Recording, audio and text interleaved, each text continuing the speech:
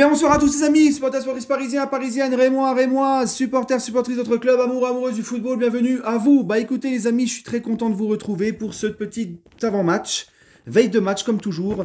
Le PSG demain accueille le Stade de Reims en clôture de la 20e journée de Ligue 1. On attaque déjà la phase retour.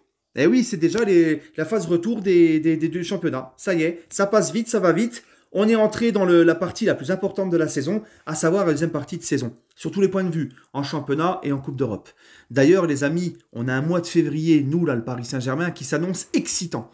Alors, je sais pas vous, mais moi, je suis très excité. On a un mois de février de feu. On a 2 déplacements Vélodrome, en Coupe de France, en championnat, avec la forme actuelle de l'OM. Hein, ça repimente le Classico, ça remet du suspense, ça va être chaud, bouillant. Ça va être... moi, ça m'excite. Et on va à Monaco et on a les 2 confrontations face au Bayern. Et en jouant tous les 3 jours. Là, les gars, c'est là qu'on va voir ce que nos joueurs ont dans le froc. Et c'est qui tout double. Ça passe ou ça casse. En tout cas, moi, je suis excité. Et c'est bien, ça permettra à notre équipe, à nos joueurs, de ne pas pouvoir se permettre de se relâcher, ne serait-ce qu'un seul match. Voilà. Donc moi, ça m'excite, ça me plaît. Personnellement, je ne sais pas vous, dites-moi en commentaire. Mais moi, ça m'excite. Voilà.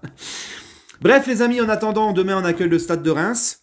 11e de Ligue 1, 25 points. Ils ont 10 points d'avance sur la zone relégable. C'est leur principal objectif, d'être maintenus en Ligue 1. Le maintien, c'est leur principal objectif. Au vu de leur effectif, de leur statut. Hein, c'est un club populaire, familial. C'est pas un gros budget de Ligue 1, le Stade de Reims. Et ils sont à 12 points de l'Europe, de la place directement qualificative en Conference League. 19 matchs joués, 5 victoires, 10 nuls, 4 défaites. Ils n'ont pas beaucoup de défaites si on regarde bien. D'accord, ils ont beaucoup de nuls, c'est vrai. 21 buts marqués, 23 buts encaissés. Il y a un truc sur lequel j'aurais quand même insisté, les amis. Parce que j'en parle peut-être pas assez dans mes avant-matchs, tout ça. Le Stade de Reims, les gars, parce qu'on en parle, il faut en profiter, il faut le dire. C'est un club quand même du patrimoine du football français. C'est un grand club français, le Stade de Reims.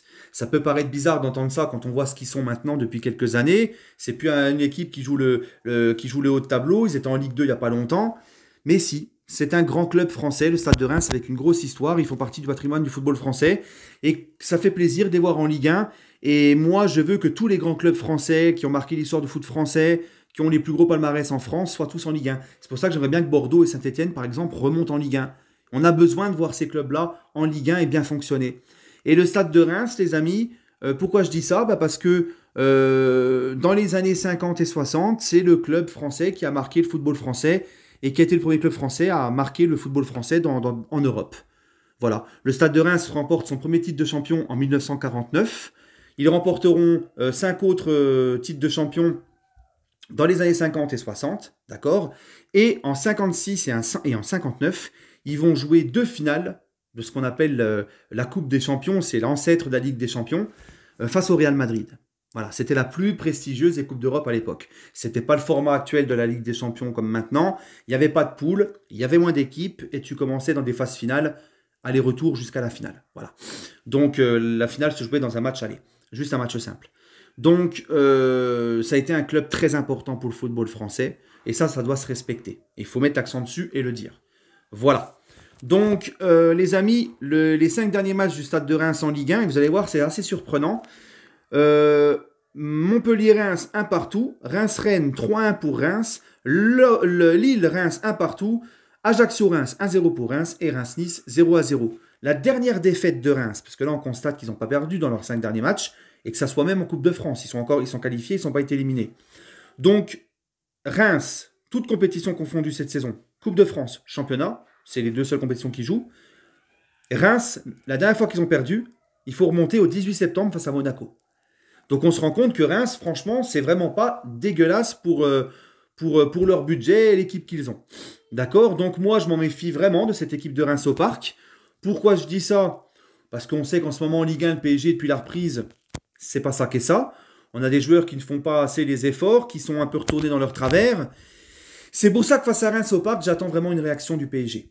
Hein, j'aimerais bien les voir sur la même longueur d'onde qu'on les a vus le dernier match en Coupe de France, où malgré, comme je vous l'ai dit dans le débrief, les 25 premières minutes, tout ce que j'ai vu tout au long du match, même si c'est qu'une R1, un club amateur, les attitudes m'ont plu. Pressing, mouvement, l'envie de faire mal, l'envie de toujours attaquer. On en a mis 7, on n'en a pas eu de pitié, on les a respectés. Un PSG motivé qui avait envie de faire mal, et un PSG qui jusqu'au bout un press, etc. C'est comme ça aussi que je veux voir le PSG maintenant. Dès demain, je veux le PSG, un PSG investi, conquérant, qui a envie de marcher sur son adversaire et de lui faire mal. Parce que Reims, voilà, comme je l'ai dit, c'est pas catastrophique. Attention à la mauvaise surprise quand même, hein, le petit nul au parc ou quoi. Voilà, donc moi je me méfie vraiment. Donc je veux un PSG conquérant, un PSG qui commence à mettre le bleu de chauffe. Parce qu'on le sait, là à l'heure où je vous parle, Lens est tenu en échec à 3. Donc peut-être que Lens et Monaco vont prendre Lens et Marseille, pardon, vont prendre les 3 points aujourd'hui, d'accord. Donc, ou en perdre aussi. Donc dans tous les cas, il faut gagner. Il faut gagner pour pas se faire encore rattraper encore plus au niveau des points. Et si jamais ces deux clubs-là, Marseille et Lens, perdent des points, bah, en profiter pour les distancer. Là, les amis, c'est simple. Demain, on accueille Reims. Mercredi, on va à Montpellier. Et samedi, on accueille Toulouse. En 6 jours, on a 3 matchs de championnat. Les 3 matchs, moi, je ne cherche pas midi à 14h. Normalement, ces 3 matchs-là, ça fait 3 victoires. Ça fait 9 points. Moi, je ne veux pas penser à une contre-perf dans ces 3 matchs. Tu dois absolument, tel PSG, prendre les 3 points sur ces 3 matchs. Tu dois, et avec la manière aussi. Voilà, pas des matchs poussifs où on en chie comme face à Angers, où on s'ennuie, où les mecs te montrent aucune envie. Non, c'est maintenant qu'il faut se préparer. Parce que j'entends beaucoup de gens qui me disent « Oh, mais tu sais, Ayoub, le Bayern, ils sont pas très en forme en ce moment. » Mais les gars, on sait très bien comment ça se passe. On sait très bien que le Bayern, oui, ils sont pas très en forme en championnat, mais on sait très bien que eux, en le soir de Ligue des Champions, 8e de finale, ils seront là. On le sait qu'ils seront là, et c'est dans leur ADN, et ils vont mettre l'intensité qu'il faut. On le sait. Et on avait le même discours l'année dernière face au Real. Oh, le Real, ils sont pas trop en forme, ça va le faire, t'inquiète, Ayoub, c'est pas grave. Hein, c'est pas grave s'il n'y a pas de jeu sous Pochettino et que les joueurs sont un peu en mode pantoufle en Ligue 1. Oh, le Real, c'est guère mieux. Et puis on mettra l'intensité et tout. Ouais, on l'a vu. On a dominé le Real 3 mi-temps sur 4. Le Real a décidé d'accélérer. Et en 12 minutes, ils nous ont foutu à la porte. Hein, donc les gars, attention. Voilà. Bref, les amis. Je pense sincèrement, demain, il va manquer, je crois que Nuno Mendes parmi les joueurs importants. Verratti va être là. Les 3 de devant seront là. Je pense sincèrement qu'ils vont faire le job et je vois rien d'autre qu'une victoire demain. Je vois même une victoire assez large. Je vois un petit 3-0 pour le PSG. Voilà, minimum. Hein, sans manquer de respect au stade de Reims, mais voilà. Maintenant, les amis, je voudrais juste rebondir vite fait sur la rumeur Malcolm au PSG, parce que hier, vous m'avez posé tous la question sur mon avis sur ça, parce qu'on sait que le PSG était sur Ryan Cherki, j'en ai parlé, mais apparemment c'est tombé à l'eau. Donc, le PSG se rabattrait sur Malcolm. L'entraîneur, Sergei Semak, ça nous parle, nous les supporters parisiens, Sergei Semak, hein mauvais souvenir. Entraîneur du Zénith Saint-Pétersbourg a évoqué le fait que oui, le PSG était vraiment intéressé par Malcolm et qu'ils attendaient vraiment une offre concrète, d'accord, que Malcolm aussi est intéressé à venir au PSG. Mon avis sur Malcolm, les amis, c'est que déjà, il faut savoir le contexte. C'est que là, nous sommes dans un mercato hivernal. Donc, tu ne peux pas faire des grosses affaires, aller chercher un gros joueur important dans un gros club comme ça. C'est pas possible. Mercato hivernal, c'est des mecs à relancer, des gars comme ça. Des indésirables, des mecs à relancer. En plus, on a une enveloppe apparemment que de 20 millions d'euros.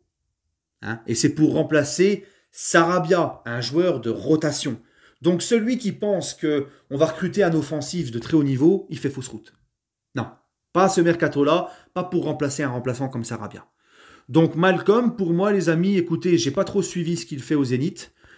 J'ai eu vent de certaines personnes qui ont vu ces matchs au Zénith qui disent qu'apparemment il est bon là-bas. Il est vraiment bon.